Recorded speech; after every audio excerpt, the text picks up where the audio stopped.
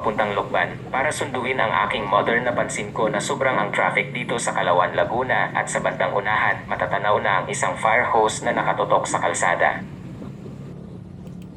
At kung napansin nyo, ako ay nakakapote na dahil maulan ang biyahe paglampas sa Muntinlupa. Sakto naman na mahina lang ang ulan, kaya hindi na ako nagsuot ng raincoat na ginagamit ko talaga sa pagmumotor. Yan ay para sa pasahero ko kapag nabiyahe ako sa joyride.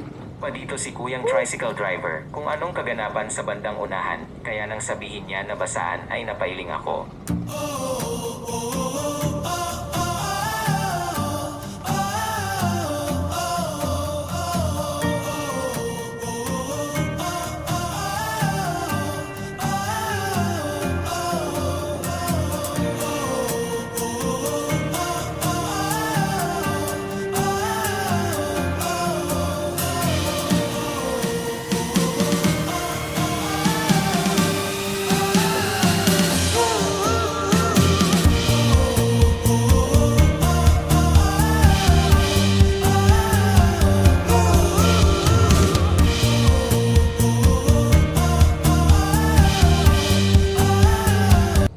Inaayos ko na ang aking kapote para kahit basain ako, hindi ako lalamigin sa biyahe pauwi pa kasi ako sa Plaridel, Quezon Province dahil nga sa aking tiyohin na kinabukasan ay ihahatid na sa huling hantungan.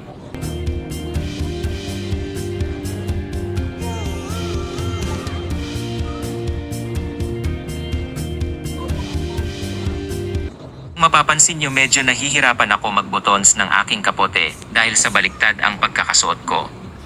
Ganyan kasi kapag nagmamadali sa biyahe, hindi rin naman kalakasan ang ulan.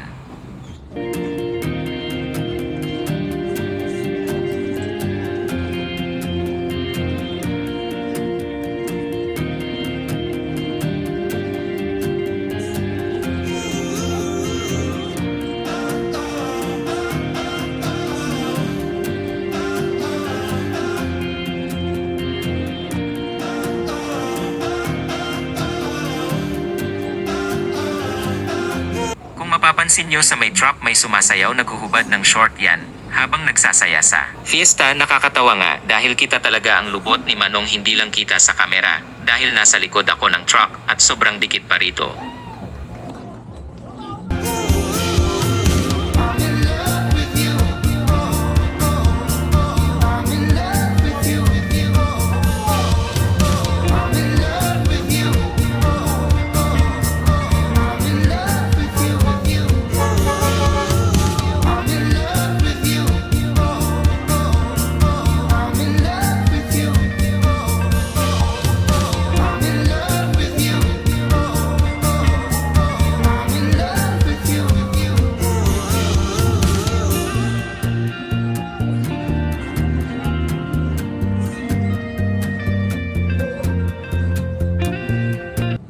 Huwag kayong mag-alala, nagdadasal na ako na huwag mabasa ng mga madlang people.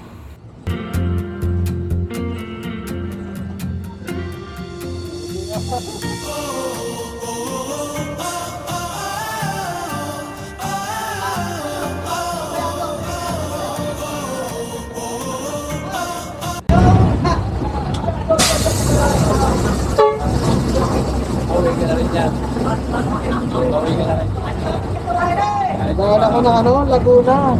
Ng Lukban. Tapos uwi na kung may Atimunan.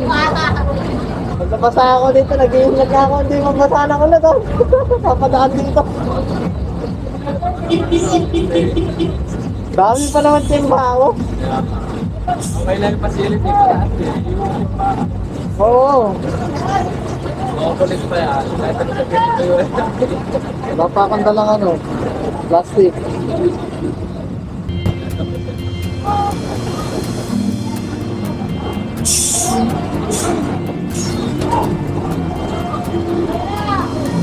Kapag magpadaan, parang binabasa ng gusto.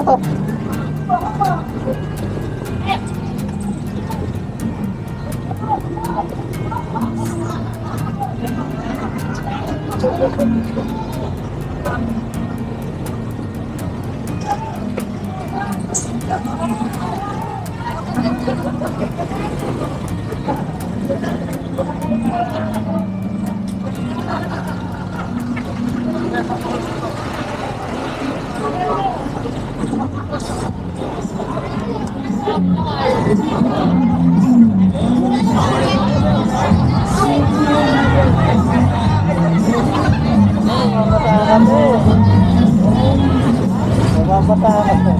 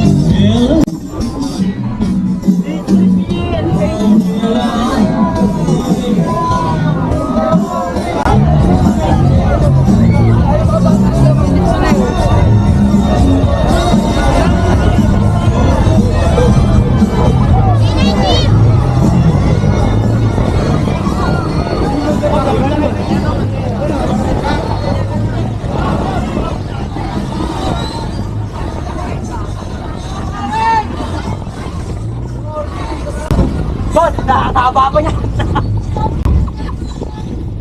Panimula pa lang yan, bro.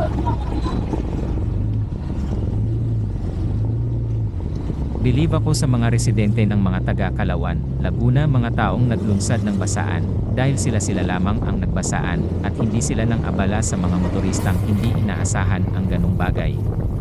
Hindi katulad sa iba dyan mga ugaling hindi malaman. Bakit hindi gayahin ang Kalawan, Laguna?